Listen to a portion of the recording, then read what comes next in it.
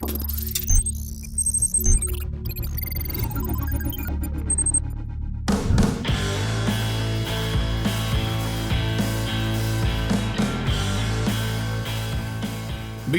has big plans for India in 2019, and while half the year has already passed, the company already has had its fair share of launches, and it included this one.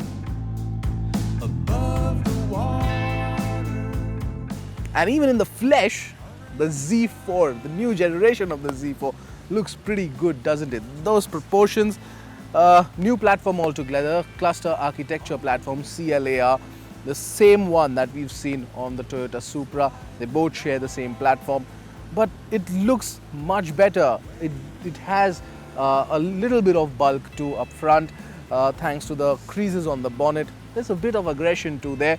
And if you look at the kidney grille, it's not big and in your face like the ones that the new BMWs have. And there are no vertical slats either. So it's just a diamond pattern. Now that might be a little difficult for a company which has been making those kinds of grills for other cars to do, but the diamond pattern definitely works better on the Z4.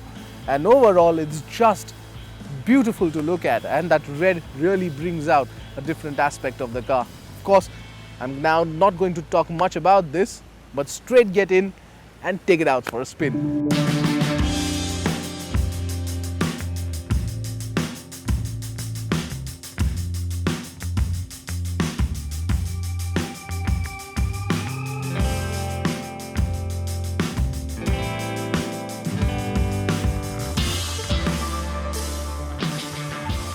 The sculpted bumpers and the wide rear all add to that aggressive appeal.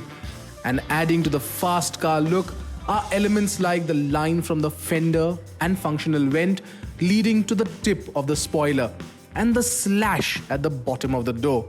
Oh yes, it all works in its favor.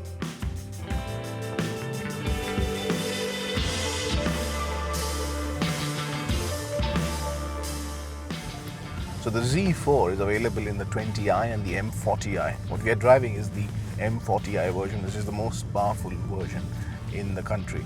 So this one gets a 3-litre 6-cylinder engine, 340 brake horsepower on offer, 500 Newton meters of torque. Now that power is available right from 1600 RPM, stays flat till 5000 RPM. And yes, it can even go up to the red line at 7000 RPM. Sadly, because of the traffic, we couldn't get to check that out, but definitely it can do it. 0 to 100 kilometers per hour, 4.5 seconds. And it does feel a bit twitchy, you know, when you're driving in the normal or comfort mode basically. And the steering is lighter in the Sport Plus mode. It's lighter at lower RPMs, so at lower speeds rather. It's very light, but as you drive on and as you build up speed, that weight starts bearing on you, and then it feels really good. But it still is twitchy, but fun to drive. And the noise from the exhaust is absolutely breathtaking, because every time you put your foot down and go, it's always raring to go. And yes, always manages to put a smile on your face. That ZF-sourced 8-speed Steptronic transmission is all about providing power when you need it. And when you put your foot down on the accelerator, your spine meets the seat with an aggressive thud. And that's very enjoyable. Let's just talk about the suspension too then. Now I'm in comfort mode right now and going through some rough roads.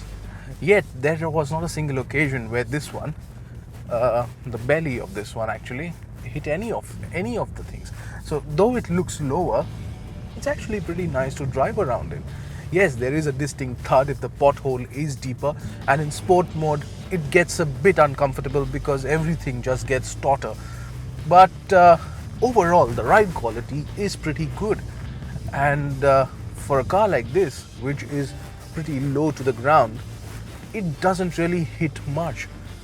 And that's very surprising.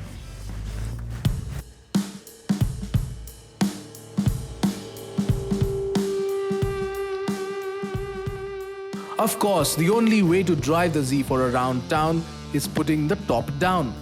And that is done in just 10 seconds, even if you're doing speeds of up to 50 kilometers per hour.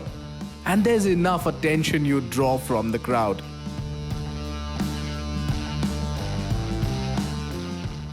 The interesting part here though is that the roof, once folded, does not eat up into your 281 liters boot space, and there's a separate recess for it.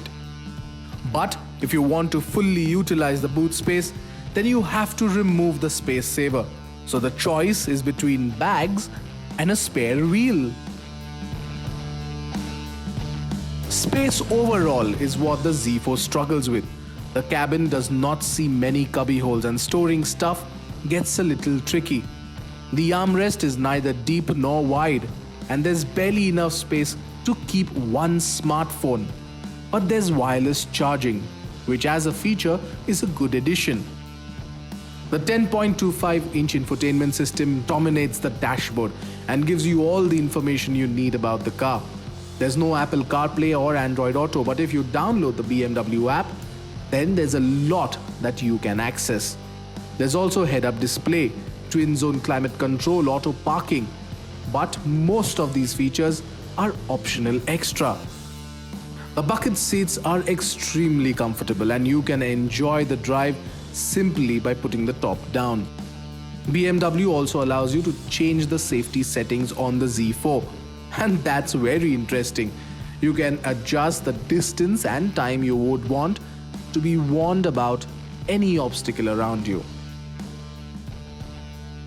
The Z4 M40i costs 78,90,000 rupees, and that makes it cheaper than its rivals, the Jaguar F-Type and even the Porsche 718 Boxster. So it's great in the right department, a treat to drive and to be driven in, and attracts attention like no other BMW. But you can't classify it as a sports car, and that's solely because it's not big on handling. It's twitchy and it behaves differently every time you go into a corner. So you really have to prep and think before attacking one. Then there's the steering, which just breaks you away from getting involved with the car.